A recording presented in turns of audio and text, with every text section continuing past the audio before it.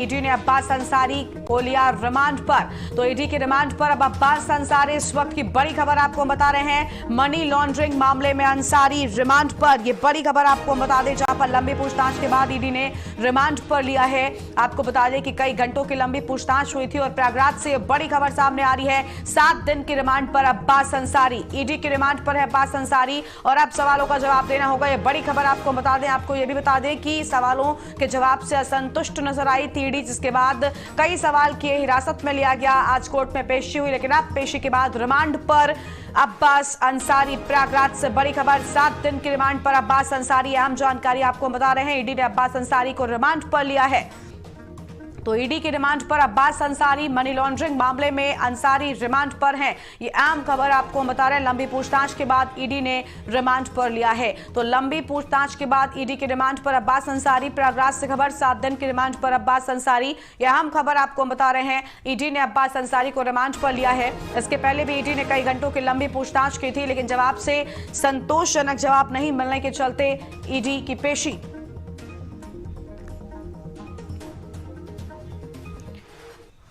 और इसी खबर पर हमारे साथ में हमारे संवाददाता अभिषेक मिश्रा लाइव जुड़ चुके हैं। अभिषेक, कई घंटों की लंबी पूछताछ हुई, लेकिन बावजूद इसके जवाब से संतुष्ट नहीं थी ईडी और अब फैसला सामने आ चुका है रिमांड पर अब्बास अंसारी। देखिए, जाहिर सी बात है, अब्बास अंसारी की जो रिमांड है वो शुरू हो चुकी है और 7 दिन की रिमांड ईडी ने ली है। इससे और भी तमाम पूछताछ की जाएगी, क्योंकि आपको बताता चलूं कि मनी लॉन्ड्रिंग का ये मामला था जो कि उनके पिता मुख्तार अंसारी के खिलाफ दर्ज था और इनसे पूछताछ के लिए 41 की नोटिस के जरिए ईडी ने इनको बुलाया था। और ईडी के पास जब ये मिलने वहां पर पहुंचते हैं तो उनसे तमाम सवाल जवाब किए जाते हैं। तकरीबन 6 से 7 घंटे की लगातार पूछताछ चलती है और एक लंबी पूछताछ चलती है, जिसके बाद ईडी इनके जवाब जो उन्होंने दिए उससे वो संतुष्ट नहीं थी, यानी कि वो उन सारी चीजों से मुतमईन नहीं थी, जिसके बाद आज कोर्ट में उनको पेश किया गया और 7 दिन की रिमांड ले ली गई है। अब निश्चित रूप से अब्बास अंसारी और उनके पूरे परिवार की लगातार जो मुश्किलें हैं वो और ज्यादा बढ़ती चली जा रही हैं। उनके पिता जो मुख्तार अंसारी हैं वो पहले से ही जेल में है। अभी आपको याद होगा कुछ दिन पहले उनके जो चाचा थे उनके घर पर कुर्की की कार्रवाई की गई, तो वहीं उनकी जो पत्नी है मुख्तार अंसारी की, उनकी खिलाफ भी बड़ी कार्रवाई की गई। तो वहीं अब्बास अंसारी के खिलाफ जिस तरह से कार्रवाई हुई है वो निश्चित रूप से इन लोगों को बैकफुट पर ढकेलने के लिए पर्याप्त है। और खासकर जिस तरह से अब्बास अंसारी जो बड़बोलेपन के लिए भी जाने जाते थे और खासकर अलग अलग बयानों के जरिए जाने जाते थे, तो उत्तर प्रदेश की योगी सरकार ने इन सारी चीजों को एकदम साफ कर दिया है कि कोई भी अपराधी उत्तर प्रदेश में रह नहीं पाएगा और जो भी अपराधी होगा वो सलाखों के पीछे होगा। तो इन्हीं सारी चीजों के दृष्टिगत अगर देखा जाए तो ईडी की तरफ से ये बड़ी कार्रवाई की गई है, उनको 7 दिन की रिमांड पर ले लिया है। बिल्कुल, लेकिन अब जब रिमांड पर लिया गया है, क्या लगता है कि आप तो अब्बास अंसारी को उन सवालों का सामना करना ही होगा जिनके जवाब अब तक उन्होंने नहीं दिए थे? बिल्कुल बिल्कुल अभिषेक, हम आपसे जवाब लेंगे इस सवाल का, लेकिन उससे पहले संदीप हमारे साथ में प्रयागराज से जुड़ चुके हैं, उनको जोड़ लेते। संदीप, बताया जा रहा है बड़ा फैसला सामने आ चुका, बताया जा रहा है कि रिमांड पर अब अब्बास अंसारी। संदीप, आवाज पहुंच रही है आप तक?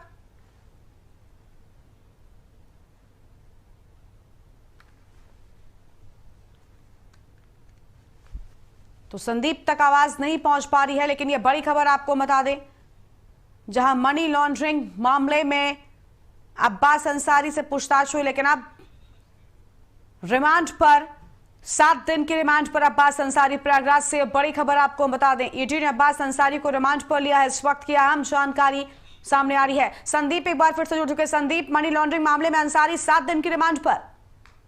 जब ईडी ने 14 दिन की रिमांड मांगी थी अब्बास अंसारी की, लेकिन कोर्ट ने 7 दिन की रिमांड जो है वो ईडी को दे दी है। आज यानी 5 तारीख को शाम 7 बजे से 12 तारीख को 2 बजे तक की रिमांड जो है वो ईडी को दे दी गई है अब्बास अंसारी को। और भारी सुरक्षा के बीच ईडी अब लेकर वापस अपने कार्यालय निकल चुकी है अब्बास अंसारी को। अब आगे जो भी चीजें होंगी वो ईडी के कार्यालय में अलग जो भी पूछताछ होनी है, जो भी तथ्य ईडी की तरफ से कहे गए थे या जहां भी इनको ले जाना होगा या जो भी इनसे जानकारी पूछताछ करनी होगी, अब वो ईडी शुरू करेगी। बिल्कुल, तो अब कहीं ना कहीं सवालों का जवाब जो है वो देना ही होगा। अभिषेक भी हमारे साथ लगातार बने हुए हैं। अभिषेक, संतोषजनक जवाब नहीं दिया था अब्बास अंसारी ने, इसी के चलते ईडी ने रिमांड पर मांगा। अब तो जवाब देना ही होगा अब्बास अंसारी को। देखिए गरिमा, हमको इस बात को समझना होगा कि जिस तरह से अब्बास अंसारी लगातार चाल में चाल खेल रहे थे और लगातार वो गुपचुप तरह से सारी चीजों को करने की कोशिश कर रहे थे, लेकिन अब इन सारी चीजों में इनकी एक नहीं चलेगी। यानी कि जिन्होंने जितने भी हथकंडे अपनाने की कोशिश की, अब उसमें उनकी एक ना चलेगी। ईडी ने जिस तरह से 14 दिन की उनको रिमांड पर मांगा था, लेकिन कोर्ट ने उनको 7 दिन की रिमांड पर दिया है, तो ये बात एकदम साफ हो जाती है। तमाम सवालों के जवाब देने होंगे जिससे वो बचने की कोशिश कर रहे थे या फिर अभी तक बचते आ रहे थे। लगातार इस बात की अटकलें लगाई जा रही थी कि ईडी की टीम वो उनको लखनऊ लेकर आएगी। लगातार लखनऊ में भी लोग चौकन्ने थे कि ईडी की टीम जब यहां पर लेके आएगी, यानी कि जो prevention of money laundering act की जो कोर्ट है वहां पर लेकर आएगी, लेकिन वहां पर लेकर नहीं आई और इलाहाबाद के अंदर उनको सबमिट किया और 14 दिन की रिमांड जहां पर मांगी गई थी, लेकिन 7 दिन की रिमांड मिली। अब देखना यह होगा कि ये 7 दिन बहुत ही ज्यादा मुश्किल भरे और बहुत ही ज्यादा कठिन होने वाले हैं अब्बास अंसारी के लिए, क्योंकि अब्बास अंसारी को तमाम सवालों के जवाब देने होंगे, क्योंकि वो को एक्यूज्ड के तौर पर देखे जा रहे हैं अपने पिता के मामले में। क्योंकि आपको याद होगा कि इससे पहले अब्बास अंसारी और उनकी पत्नी,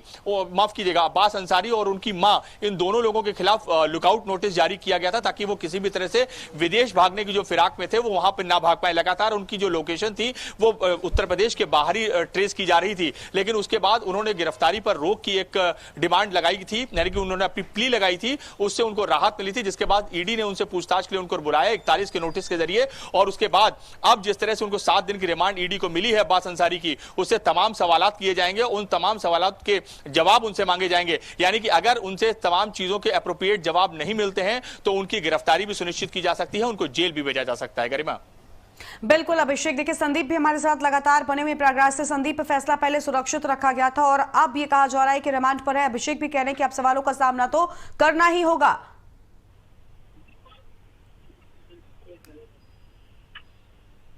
संदीप जी संदीप, अब सवालों का सामना करना ही होगा। अब्बास अंसारी को अब तक बचते नजर आए, संतोषजनक जवाब भी नहीं दिए, लेकिन अब नहीं चलने वाली है। जी बिल्कुल, अब तो उनको जो भी चीजें ईडी की तरफ से पूछी जाएगी जिससे वो बचने की कोशिश कर रहे थे, अब उनको हर जवाब देना पड़ेगा, हर सवाल का। और आपको बता दें कि अभी जब उनको बाहर ले जाया जा रहा था, अब्बास अंसारी को बाहर ले जाया जा रहा था सुरक्षा के बीच में, तो मीडिया के सवालों पर अब्बास अंसारी ने एक बड़ी बात कही कि हमारे देश में बोलने पर पाबंदी है। ये बोलते हुए अब्बास अंसारी सुरक्षा घेरे के बीच जो है वो निकल गए। फिलहाल ईडी उनको अब ले गई। अब अब्बास अंसारी से ईडी जो है वो पूछताछ करेगी जिन भी सवालों से वो बचने की कोशिश कर रहे थे या फिर अब्बास अंसारी जवाब देने से कतरा रहे थे, अब शायद वो सारे सवाल उनको सुनने पड़ेंगे और उसके जवाब भी उनको देने पड़ेंगे। बिल्कुल बिल्कुल अभिषेक, देखिए जवाब तो देने ही होंगे, लेकिन अभिषेक इस पूरे मामले के बाद राजनीतिक बयानबाजियां भी शुरू हो गई हैं। अभिषेक, समाजवादी पार्टी के लोग कह रहे हैं कि जो कार्रवाई हो रही है ये बदलेपूर्ण और द्वेषपूर्ण कार्रवाई है, इस पर आप कुछ कहेंगे?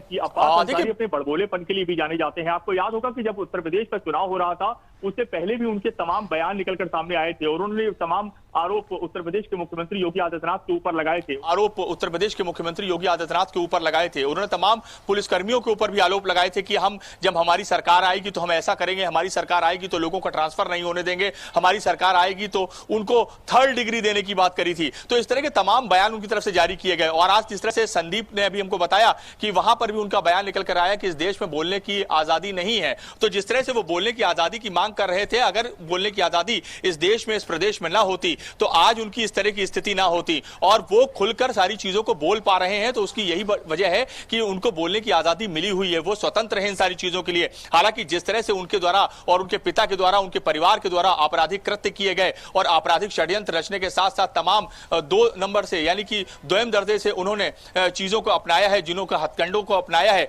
उन सारी चीजों के दृष्टिगत अगर देखा जाए तो अब्बास अंसारी के लिए बड़ी मुश्किलें होती हुई नजर आ रही हैं। क्योंकि अब्बास अंसारी जिस तरह से लगातार अपने बयानों के लिए जाने जाते हैं, खासकर अब जिस तरह से वो मनी लॉन्ड्रिंग के केस में फंसे हैं, यानी कि को एक्यूज उनको बनाया गया है, सह अभियुक्त बनाया गया है, क्योंकि उनके पिता के ऊपर मनी लॉन्ड्रिंग का मुकदमा पंजीकृत था और उन्हीं सारी चीजों के लिए पूछताछ के लिए उनको ईडी ने बुलाया था और ईडी ने तकरीबन 9 से 10 घंटे की उनसे पूछताछ करी और उसके बाद भी तमाम सवालों के जवाब अब्बास अंसारी ने उनको नहीं दिए और इन्हीं सारी चीजों के दृष्टिगत उनको इलाहाबाद की कोर्ट में पेश किया गया, जहां से उनको 7 दिन की रिमांड पर भेज दिया गया है। अब तमाम उन सवालों के जवाब देने होंगे जो ईडी उनसे सुनना चाहती है, ईडी उनसे पूछना चाहती है, क्योंकि तमाम सवालों पर वो बचते हुए नजर आए थे। बिल्कुल, देखिए सवालों से सामना करना होगा और जवाब भी जरूर देने होंगे। संदीप, आप बताइए कि क्या कोर्ट से ईडी अब्बास अंसारी को अपने साथ लेकर जा चुकी है? इससे जुड़ी क्या जानकारी है आपके पास संदीप? देखिए, ईडी जो है वो अब्बास अंसारी को कोर्ट से लेकर निकल चुकी है और भारी सुरक्षा के बीच अब्बास अंसारी को यहां से लेकर ईडी निकल गई है और अब ईडी कार्यालय लेकर उनको पहुंचेगी और जो भी आगे की कार्रवाई होगी ईडी की तरफ से वो वहां शुरू होगी। जी, तो आगे की कार्रवाई, आगे की पूछताछ अब कार्यालय में होगी। अभिषेक भी लगातार बने हुए हैं। अभिषेक, देखिए, इसके पहले हमने आपसे पूछा कि राजनीतिक बयानबाजियां भी शुरू हो गई हैं और बहुत से लोग ऐसा कह रहे हैं कि ये जीत का बदला लिया जा रहा है, क्योंकि अब्बास अंसारी के बोल चुनाव से पहले भी बदले थे, बिगड़े थे, हम ये कह सकते हैं। बावजूद इसके अब्बास अंसारी की जीत हुई सुभाषपा की ओर से, लेकिन क्या ऐसे में जो समाजवादी पार्टी की ओर से बड़ी बातें कही जा रही है, क्या इनका कोई जवाब सामने आया है?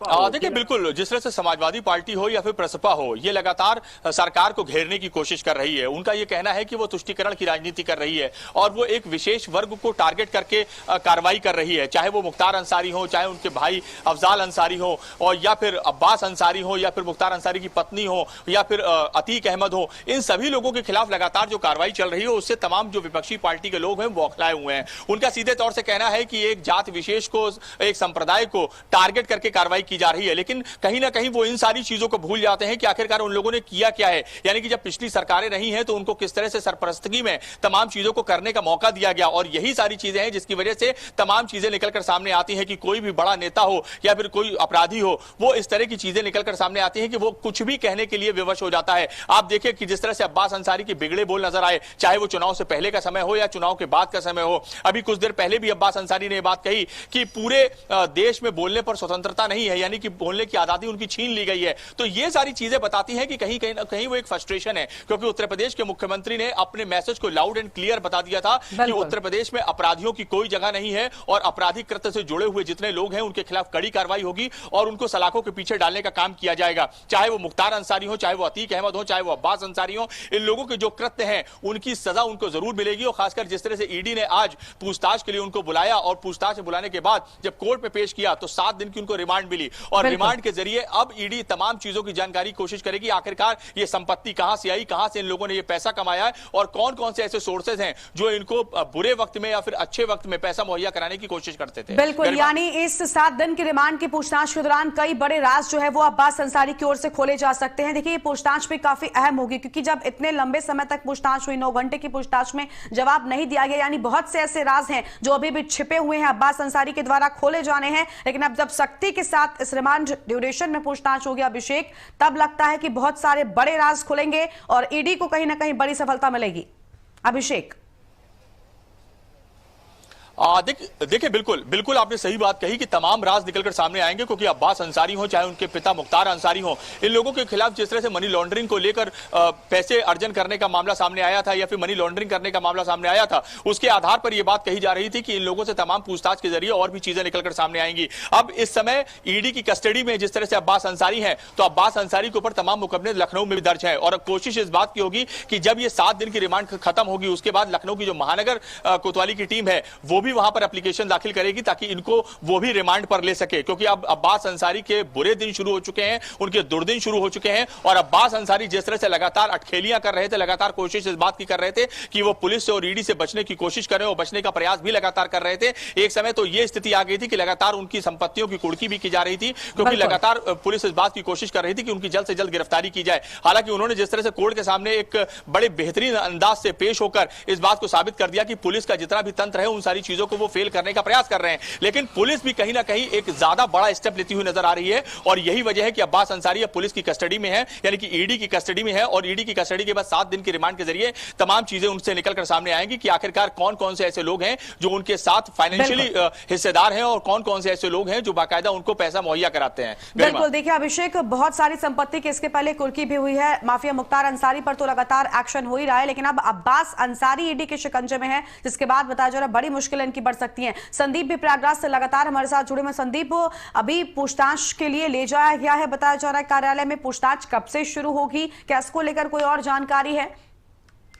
तो देखिए, यहाँ से अदालत जैसे ही कोर्ट ने रिमांड दी अब्बास अंसारी की ईडी को, यहाँ से ईडी तुरंत अब्बास अंसारी को लेकर ईडी कार्यालय के लिए निकल गई है और वहां पहुंचकर अब आगे की जो कार्रवाई होगी वो ईडी की तरफ से शुरू होगी। जिन जिन चीजों से अब्बास अंसारी बचने की कोशिश कर रहे थे या फिर जिन सवालों को ईडी ने बना रखा था उनसे पूछने के लिए, और 9 घंटे की जो पूछताछ हुई थी उसमें जिन सवालों का उन्होंने जवाब नहीं दिया था या जिन सवालों से वो बचने की कोशिश कर रहा था, वो सारे सवाल अब फिर से एक बार ईडी के द्वारा उसके सामने लाए जाएंगे। और अब 7 दिन की जो रिमांड दी गई है ईडी को, उस दौरान पूरी चीजें उनको सामने लानी पड़ेगी, रखनी पड़ेगी और हर एक सवाल का जवाब देना पड़ेगा। साथ ही अगर ईडी चाहेगी तो उनको अपने साथ लेकर अन्य स्थानों पर भी जा सकती है जहां पर उनके द्वारा कोई चीजें बताई या दिखाई जाएंगी, उन सब जगहों पर भी ईडी इनको लेके जा सकती है। फिलहाल अभी कोर्ट से निकलकर ईडी इनको लेकर